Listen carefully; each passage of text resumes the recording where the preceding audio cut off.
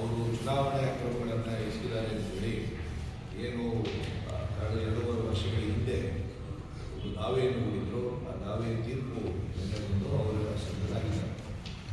Communist ಪಕ್ಷ ಇವತ್ತಿಂದ ಅಲ್ಲ, ಅವರು ಏನು 2013ರಲ್ಲಿ ಅವರೇನು ಚುನಾವಣೆ ಆಗಿರ್ತಕ್ಕಂಥ ಸಂದರ್ಭದಲ್ಲಿದ್ದರೂ ಕೂಡ ಬಹಳ ಸ್ಪಷ್ಟವಾಗಿ ಜನರಿಗೆ, ಬಾಗೇಪಲ್ಲಿ ಕ್ಷೇತ್ರದ ಜನತೆಗೆ ತಿಳಿಸ್ತಾ ಬಂದಿದ್ದೇವೆ.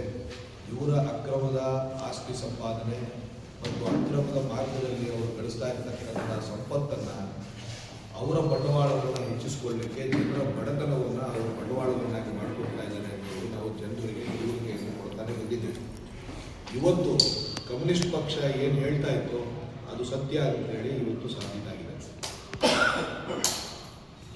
ಎರಡನೇ ವಿಚಾರ ಏನಪ್ಪ ಅಂತಂದರೆ, ಇವಾಗ ಅವರು ಮೋಸ ಮಾಡಿರ್ತಕ್ಕಂಥದ್ದು ಬಾಗೇಪಲ್ಲಿ ಕ್ಷೇತ್ರದ ಜನತೆಗೆ.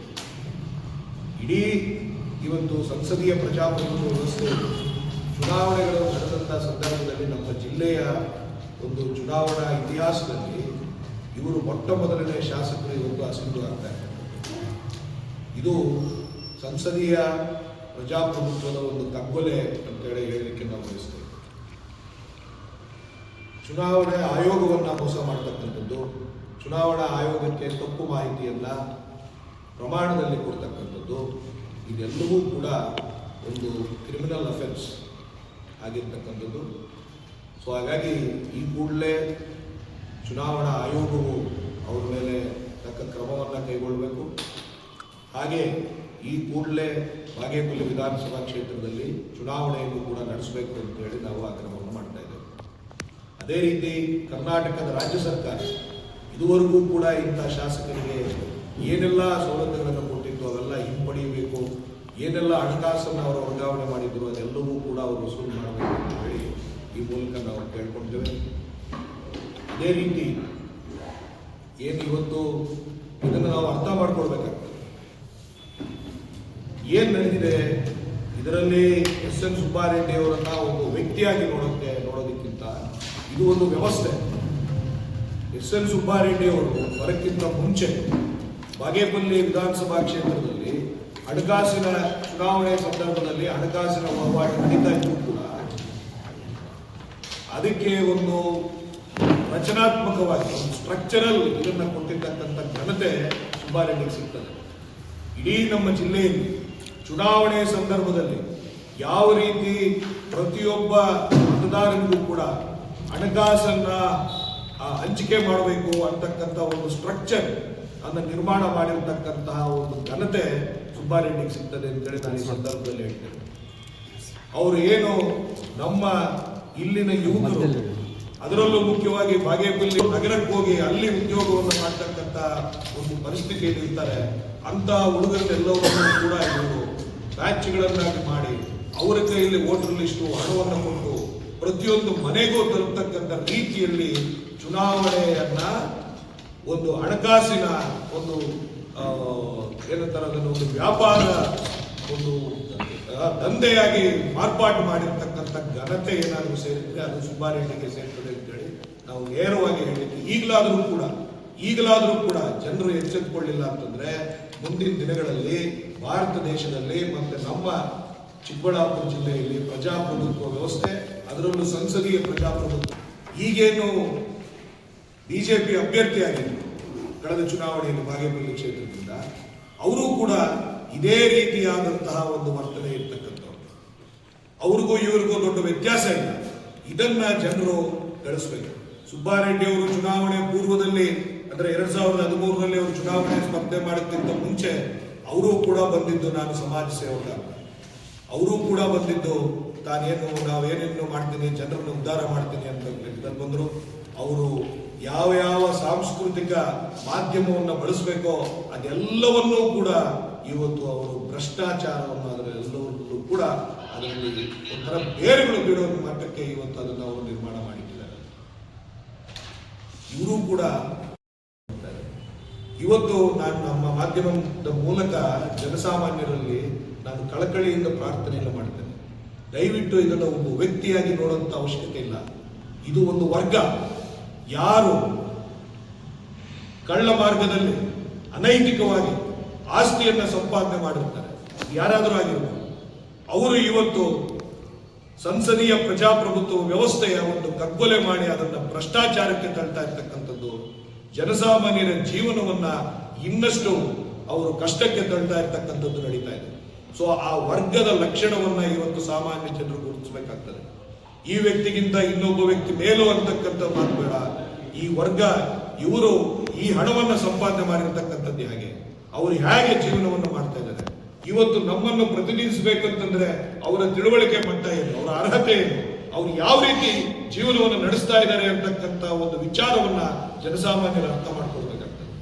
ಇಲ್ಲ ಅಂತಂದ್ರೆ ಕಮ್ಯುನಿಸ್ಟ್ ಪಕ್ಷ ಅವತ್ತಿನಿಂದಲೂ ಕೂಡ ಇವತ್ತಿನವರೆಗೂ, ಇವಾಗಲೇ ಅಲ್ಲ, ಕಮ್ಯುನಿಸ್ಟ್ ಪಕ್ಷ ಈ ದೇಶದಲ್ಲೇ 1920ನೇ ಒಂದು ಇಸ್ವಿಯಲ್ಲಿ ಪ್ರಾರಂಭ ಆದ ದಿವಸದಿಂದಲೂ ಕೂಡ ನಾವು ಬಹಳ ಸ್ಪಷ್ಟವಾಗಿ ಸಾಮಾನ್ಯ ಜನರ, ದುಡಿಯುವ ವರ್ಗದವರ, ಶೋಷಿತರ ಪರ ನಿಲ್ತಕ್ಕಂತಹ ಏಕೈಕ ರಾಜಕೀಯ ಪಕ್ಷ.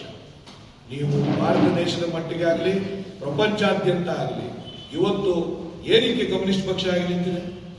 ನಾವು ಎಷ್ಟೇ ನಮ್ಮ ಮೇಲೆ ಅಪಪ್ರಚಾರ ಬಂದರು, ಎಷ್ಟೇ ನಮ್ಮ ಮೇಲೆ ದೌರ್ಜನ್ಯ ನಡೀತಾ ಇದ್ರು, ಎಷ್ಟೇ ನಮ್ಮ ಮೇಲೆ ಇವತ್ತು ಶೋಷಣೆ ಕೂಡ ಕಮ್ಯುನಿಸ್ಟ್ ಪಕ್ಷ ಗುರಿ ಆಗ್ತಾ ಇದೆ, ಹಂಗಿದ್ರೂ ಕೂಡ ನಾವು ಸಾಮಾನ್ಯ ಜನರ ಪರ ನಿಂತು ಈ ಎಲ್ಲ ಅನೈತಿಕ ಶಕ್ತಿಗಳನ್ನ ಎದುರಿಸಲಿಕ್ಕೆ ಸಿದ್ಧ ಇದ್ದೇವೆ.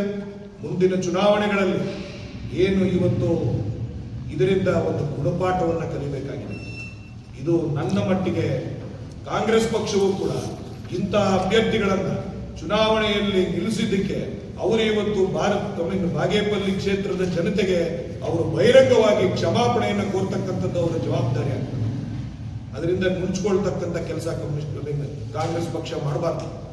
ಜನರನ್ನು ಮೋಸ ಮಾಡಿರ್ತಕ್ಕಂಥದ್ದು, ಜನರಿಗೆ ಅನ್ಯಾಯ ಆಗಿರ್ತಕ್ಕಂಥದ್ದು, ಈ ಅಧಿಕಾರಾವಧಿಯಲ್ಲಿ ಅವರು ಮಾಡಿದಂತಹ ಭ್ರಷ್ಟಾಚಾರ, ಅನೈತಿಕ ವ್ಯವಹಾರಗಳು, ಭೂಮಿಯ ಲೂಟಿ, ಜನಸಾಮಾನ್ಯರಿಂದ ಕೂಡ ಅವರಿಗಿದ್ದಂತ 2 ಎಕರೆ 3 ಎಕರೆ ಭೂಮಿಯನ್ನ ಕಸಿದುಕೊಳ್ತಕ್ಕಂಥ ಒಂದು ದಂಧೆಯನ್ನ ಮಾಡಿರ್ತಕ್ಕಂಥವ್ರು ಈ ಶಾಸಕರು.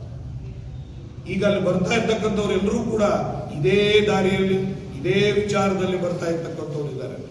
ಸೊ ಹಾಗಾಗಿ ಮಾಧ್ಯಮದವರನ್ನ ನಾನು ಕಳಕಳಿಯಾಗಿ ಈ ಒಂದು ಸಂದರ್ಭದಲ್ಲಿ, ಇದು ಒಂದು ಟಿಪ್ ಆಫ್ ದ ಐಸ್ಬರ್ಗ್ ಅಂತೀವಿ. ಅಂತಂದ್ರೆ ಕೆಳಗಡೆ ದೊಡ್ಡ ಸಮುದ್ರದಲ್ಲಿ ಆ ಮಂಜಿನ ಗಡ್ಡೆ ಹೆಚ್ಚಿದೆ, ಇದು ಮೇಲ್ಗಡೆ ನಮಗೆ ಕಾಣಿಸ್ತಾ ಇರ್ತಕ್ಕಂಥ ಒಂದು ಸಣ್ಣ ಚೂರು ಮಾತ್ರ. ಸೊ ಅದನ್ನು ನಾವು ಇವತ್ತು ಗುರುತಿಸಿ, ಏನು ಇವತ್ತು ಸಂಸದೀಯ ಪ್ರಜಾಪ್ರಭುತ್ವ ವ್ಯವಸ್ಥೆಯ ಕಗ್ಗೊಲೆ ನಡೀತಾ ಇದೆ, ಅದನ್ನು ನಾವು ರಕ್ಷಣೆಗೆ ಇರಬೇಕು ಅಂತೇಳಿ ಮಾಧ್ಯಮದ ಮೂಲಕ ನಾನು ಕೇಳ್ಕೊಂಡೆ. ಸರ್, ಇದು ಬಹಳ ಸ್ಪಷ್ಟವಾಗಿ ನಾವು ತಗೊಂಡು ಹೋಗಿದ್ದೀವಿ. ಕೋರ್ಟಲ್ಲಿ ನಾವು ನೀವು ಕೇಳಿದ ಪ್ರಶ್ನೆಗೆ ನಾವೇನು ಅಲ್ಲಿ ನಾವು ಏನಂತಾರೆ ಅದನ್ನ ಪಿಟಿಷನರ್ ಆಗಿ ಹೋಗಿರಲಿಲ್ಲ. But we are always a witness, ಅದರಲ್ಲೇನು ಎರಡನೇ ಮಾತಿಲ್ಲ. ಬಟ್ ಒಂದು ವಿಚಾರ ನಾನು ಹೇಳಕ್ಕೆ ಇಷ್ಟಪಡ್ತೀನಿ, ಇದು ಕನೆಕ್ಟ್ ಆಗಬೇಕಾಗಿರೋದು ಈಗ ಸುಬ್ಬಾರೆಡ್ಡಿ ಒಬ್ಬ ಅಲ್ಲ. ಈಗ ನಮ್ಮ ಉದ್ದೇಶ ಇರ್ತಕ್ಕಂಥದ್ದು ಇಡೀ ವ್ಯವಸ್ಥೆ ಬದಲಾಗಬೇಕಾಗ್ತದೆ. ಸುಬ್ಬಾರೆಡ್ಡಿ ಒಬ್ಬರನ್ನ ಟಾರ್ಗೆಟ್ ಮಾಡಿರೋ ಈಗಿನ ಉದ್ದೇಶ ಏನು? ಅಲ್ಲಿ ಕೇಳಿರೋ ಪ್ಲೀ ಏನು? ಆತನ ತಪ್ಪು ಮಾಡಿದಾನೆ, ಆತನ ಅಸಿಂಧು ಮಾಡಿ ಅಂತ ಮಾತ್ರ ಕೇಳಿಲ್ಲ, ಆತನ ಅಸಿಂಧು ಮಾಡಿ ನನ್ನನ್ನು ಶಾಸಕನಾಗಿ ಮಾಡಿ ಅಂತ ಕೇಳಿರ್ತಕ್ಕಂಥದ್ದು. ಅಂತಂದ್ರೆ ಇಬ್ರು ನಿಮ್ಗೆ ಇನ್ನ ಬಹಿರಂಗವಾಗಿ ಹೇಳಬೇಕು ಅಂತಂದ್ರೆ, ಇಬ್ಬರದು ಕೂಡ ಒಬ್ಬರಿಗೆ ಗರ್ವಭಂಗ ಆಗಿದೆ, ಇನ್ನೊಬ್ಬರಿಗೆ ಆಶಾಭಂಗ ಆಗಿದೆ, ಹೈಕೋರ್ಟ್ ತೀರ್ಪು. ಸೊ ನಮ್ಮ ಉದ್ದೇಶ ಏನಿದರಲ್ಲಿ, ನಮ್ಮ ಉದ್ದೇಶ ಏನಂತಂದ್ರೆ ಚುನಾವಣೆಗಳು ನಡೀತಾ ಇರ್ತಕ್ಕಂಥ ವಿಧಾನ, ಭಾರತ ದೇಶದಲ್ಲಿ ಪ್ರಜಾಪ್ರಭುತ್ವ ವ್ಯವಸ್ಥೆ, ಸಂಸದೀಯ ಪ್ರಜಾಪ್ರಭುತ್ವ ವ್ಯವಸ್ಥೆಯ ಅಳಿವು ಮತ್ತು ಉಳಿವಿನ ಪ್ರಶ್ನೆ.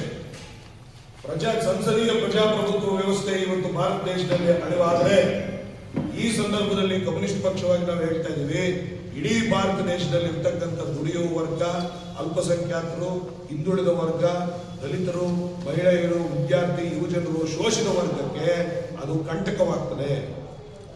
ಇವಾಗ ಅದರಿಂದ ನಾವು ಪಾರಾಗಲಿಕ್ಕೆ ಏನ್ ಮಾಡಬೇಕು ಅಂತಕ್ಕಂಥದ್ದನ್ನ ಜನಸಾಮಾನ್ಯರು ಆಲೋಚನೆ ಮಾಡಬೇಕಾಗ್ತದೆ. ಸೊ ಆ ನಿಟ್ಟಿನಲ್ಲಿ ನಾವು ಅವತ್ತಿನಿಂದಲೂ ಇವತ್ತಿನವರೆಗೂ ಕೂಡ ಜನಸಾಮಾನ್ಯರಿಗೆ ತಿಳುವಳಿಕೆಯನ್ನು ಕೊಡ್ಲಿಕ್ಕೆ ಹೋಗ್ತಾ ಇದೀವಿ.